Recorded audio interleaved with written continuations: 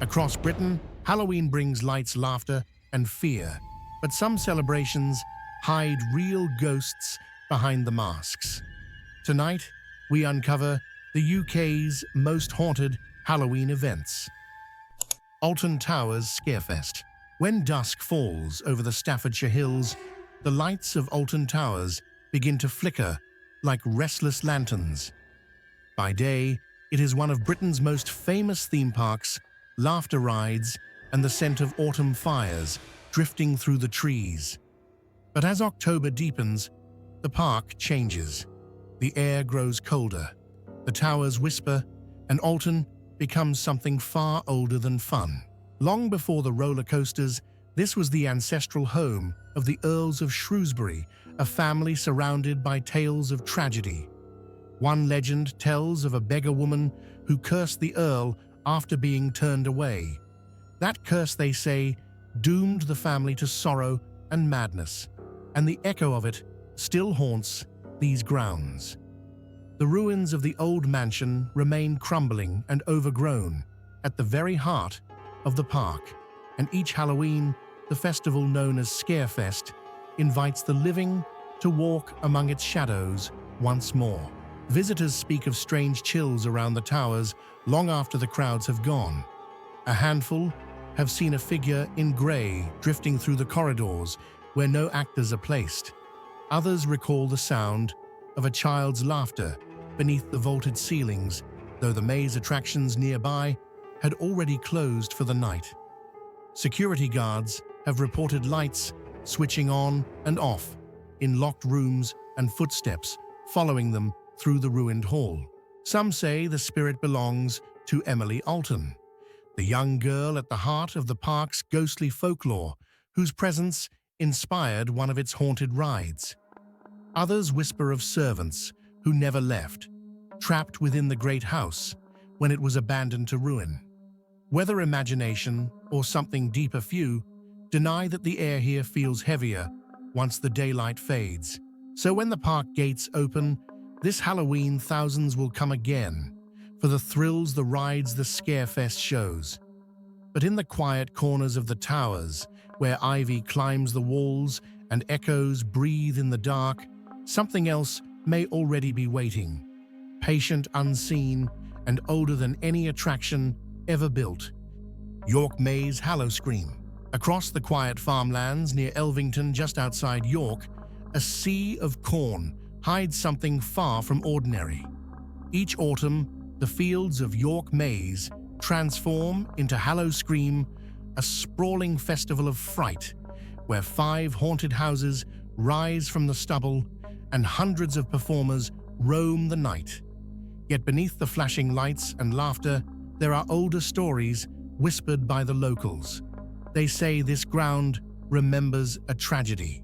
Long before the maze, the land was part of a 19th century farm struck by fire in the year 1873. The blaze consumed barns, outbuildings, and if the legend holds true, took the lives of 2 children trapped inside. Some claim their cries were heard long after the ashes cooled, and that when the maze was first cut decades later, workers found blackened timbers buried deep in the soil. Ever since, strange things have been reported among the rows of corn. Visitors tell of hearing whispers carried on the wind or footsteps pacing behind them when no one is near. Actors preparing the haunted houses after hours have spoken of sudden chills, objects moved overnight, and lights flickering back on after power was cut. One technician described a figure standing motionless at the end of a corridor, tall, featureless, and gone the moment he blinked. During Hallowscream, the line between the living and the legend seems to blur. Guests have run screaming from the attractions, convinced someone had brushed their shoulder, only to find no performer there. Others say the laughter echoing through the corn sounds too distant, too small to belong to the costumed crowds. The organizers call it atmosphere, the perfect illusion of fear. But those who've worked here longest speak differently. They lower their voices when the wind turns cold, remembering the fire and the names no one recorded. Perhaps the festival's success owes something to those unseen presences drawn back by the noise and light each October. And when the crowds depart, the field stands silent once more, waiting, it seems, for the next Hallowscream to begin. Fright Nights at Thorpe Park. Beside the dark waters of an old quarry in Surrey stands Thorpe Park, a place built for thrills and screams. But as Halloween draws near, those screams begin to sound a little too real. The annual event known as Fright Nights has become one of Britain's most talked about Halloween experiences, a fusion of modern horror, theatrical terror, and some say the faint touch of the supernatural. Few visitors realize that the park was raised on reclaimed marshland, part of which once held a small burial ground linked to a long-vanished chapel.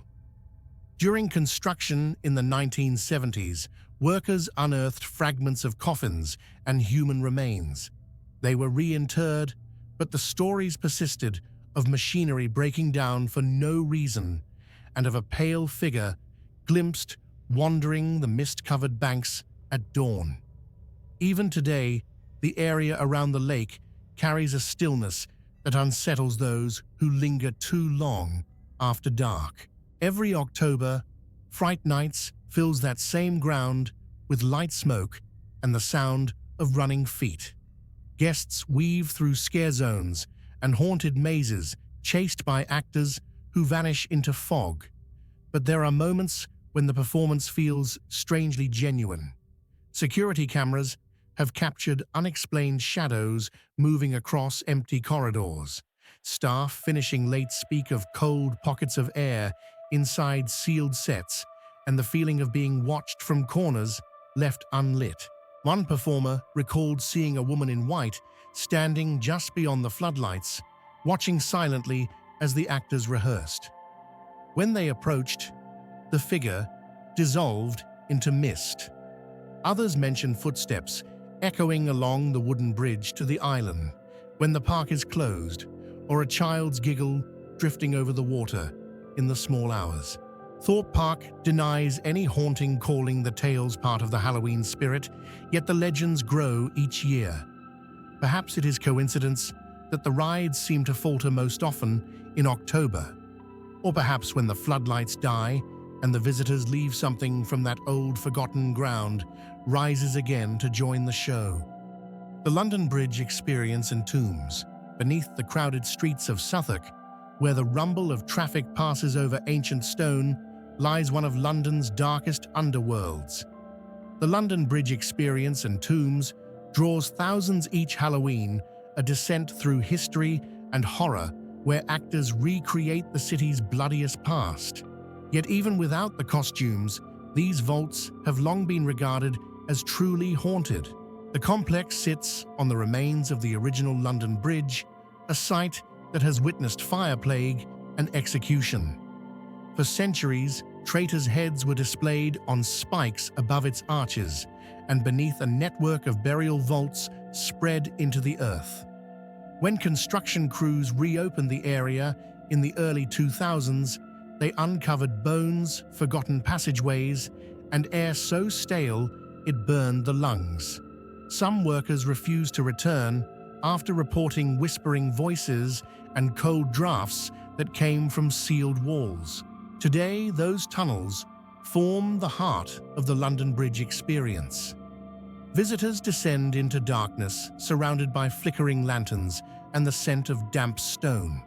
Actors leap from the shadows, but at times, even they have been startled by presences they didn't expect. One guide once described a hooded figure that walked past her during rehearsals, silent and unacknowledged, only for her to realize every performer was accounted for. Ghost investigators have recorded unexplained temperature drops and electronic interference deep within the tombs. Guests report a heavy sense of pressure on the chest, as if the air itself resists breathing. Some feel unseen, fingers brush their necks. Others emerge, trembling, convinced they heard a man whisper their name in the dark. The management embraces the legends, part of the show's enduring power, yet those who work there year-round admit that the line between performance and haunting often blurs. Beneath modern London's neon glare, the old stones still hold their secrets. And when the last tour leaves the echo of footsteps, continues through the tunnels, slow measured and impossibly close. Fear Forest BTC Coed. In the thick forests above, Betusi Coed, where mist clings to the pine and rain whispers through the valley, lies a place of laughter by day and fear by night. Each October, Zip World's Fear Forest turns this tranquil corner of Snowdonia into a playground of screams, a nighttime adventure of zip lines, swings, and shadowed trails. Yet, as every local will tell you, these woods had their ghosts long before the thrill seekers arrived. The forest stands on ground once known as Coed y Sisgodion, the Wood of Shadows. Old tales speak of a spectral huntsman who roamed the slopes forever, chasing something unseen. When miners worked here in the 19th century, they spoke of hearing hoofbeats in the fog and finding their tools scattered by invisible hands. Long before tourism came to Wales, shepherds refused to cross this land after dusk. Now, during Fear Forest, the legends stir again. Riders soaring through the trees on the zip lines have reported flashes of movement below, not the torchlight of staff, but pale figures gliding among the trunks. In one incident, a group of visitors claimed that a tall shape ran parallel to them through the trees, keeping pace before vanishing into the mist. Staff later found no footprints. Others tell of an uncanny silence that falls between screams. The forest seems to listen, the wind holding its breath. A local ranger once said he felt something tug at his harness just as the system powered down, though no rope was near. It was like a hand, he whispered, and it wanted me to stop. Perhaps it's imagination, the mingling of folklore and adrenaline. Yet in these mountains, stories endure like moss on stone. When the floodlights fade and the last echoes die across the valley, the forest closes in again. Beneath the canopy of Wales, the huntsman still runs unseen through the endless night. The Hallowscream Park. On the edge of Leighton Buzzard, where open fields meet the dark line of woodland stands, the Hallowscream Park, a sprawling Halloween attraction built upon what was once an old family farm. Each October, it comes alive with shrieks and laughter, its barns transformed into scare mazes, and its yards filled with smoke firelight and roaming monsters. Yet beneath the spectacle, the land itself carries an unease that predates the park. Local records tell of the Bradshaw Farm, abandoned in the 1940s after a series of unexplained incidents. Animals were found dead in their pens, their bodies unmarked. Doors opened by themselves, and the last family to live there spoke of eyes shining in the fields at night, too high for foxes, too silent for men. When the farm fell to ruin, it was left untouched, for decades reclaimed by weeds and crows. When the festival organizers chose the site for the Howl, they kept the name and perhaps something else that lingers here. Workers preparing the first event reported tools vanishing overnight and strange muffled growls echoing through the empty barns. One technician claimed to see a tall, hunched figure moving beyond the floodlights, its outline shifting like smoke. The next morning, they found claw marks gouged deep into the wooden door of the maze. Visitors sometimes describe sensations that go beyond the stage scares. A woman standing in line for the shed attraction felt a hand brush her shoulder, only to find no one behind her. Actors have reported whispers calling their names through the headset system when all other channels were silent. Organizers dismiss the tales as nerves, but many of those who return year after year say the atmosphere is different here, heavier. Perhaps it's the history of the farm, or perhaps something older has learned to enjoy the attention.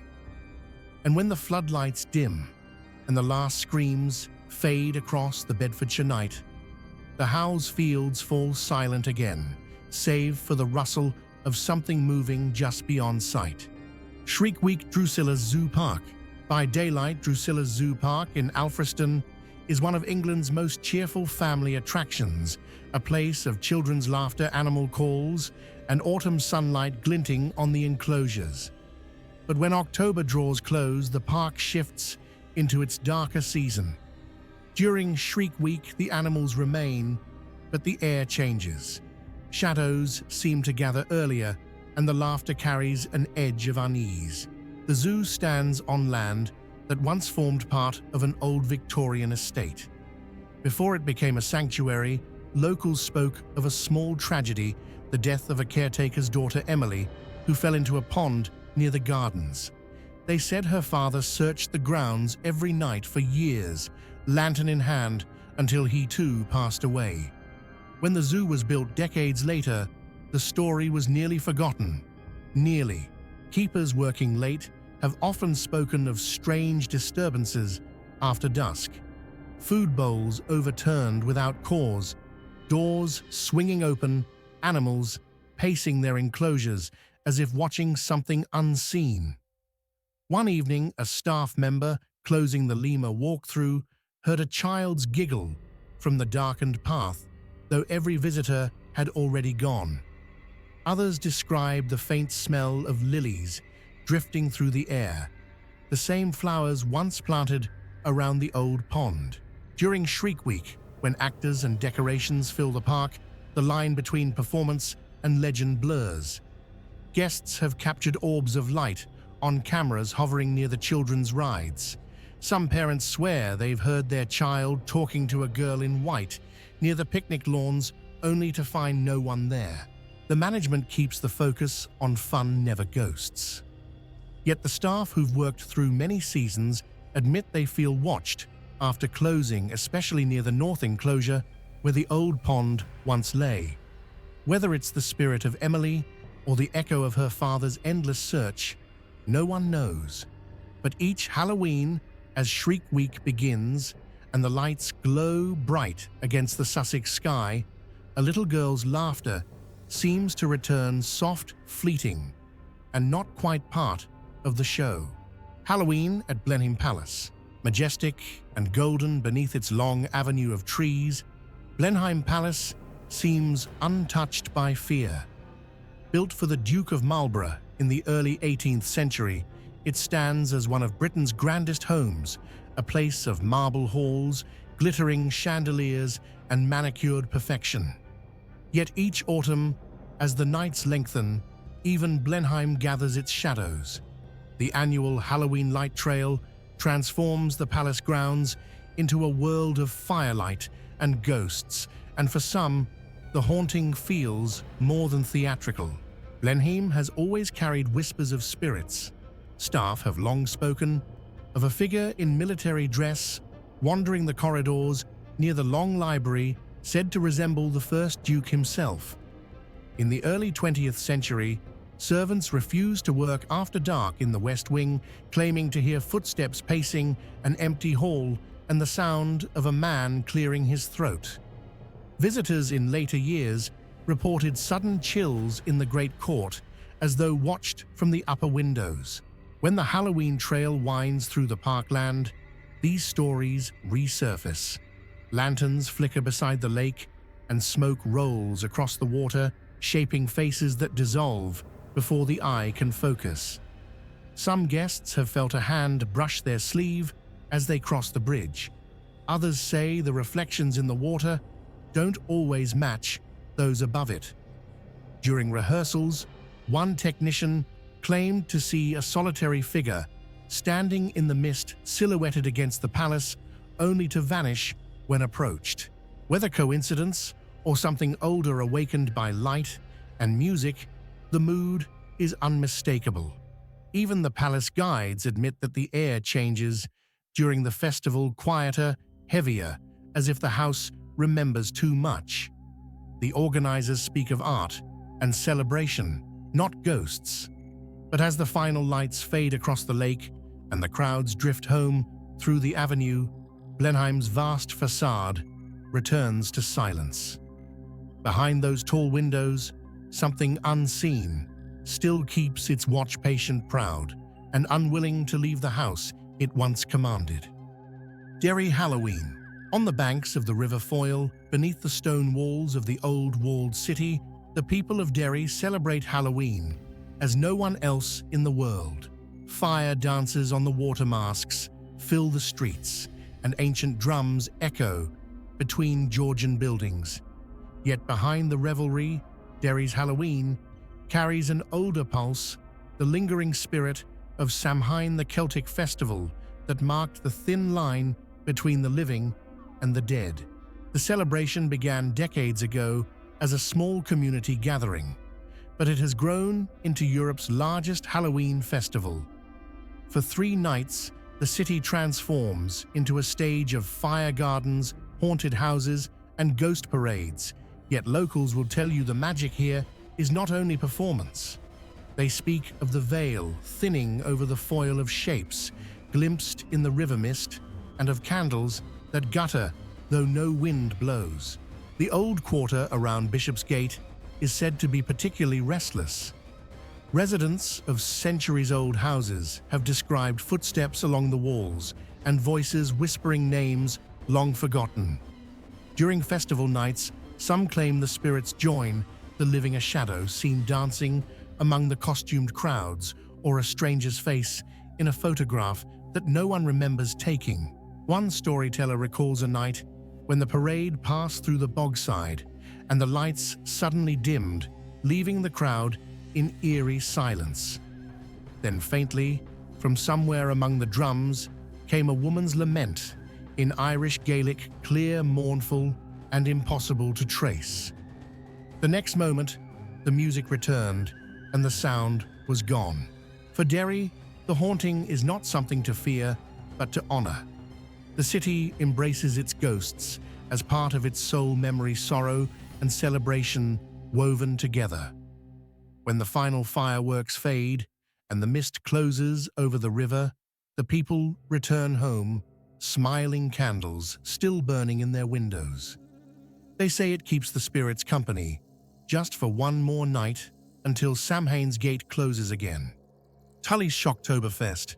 In the quiet fields near Crawley, as the harvest fades and mist settles low over the hedgerows, the calm of the countryside begins to change. From the shadows of an old farm rises Tulleys Shocktober, a vast labyrinth of haunted houses, firelight, and screams carried on the wind. It is billed as Europe's largest scream park, a place where thousands gather each October to chase the thrill of fear. But beneath the laughter and smoke, the land itself has older stories to tell.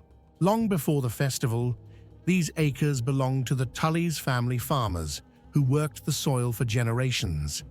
Local legend speaks of a storm in the late 19th century when lightning struck the main barn and set it ablaze.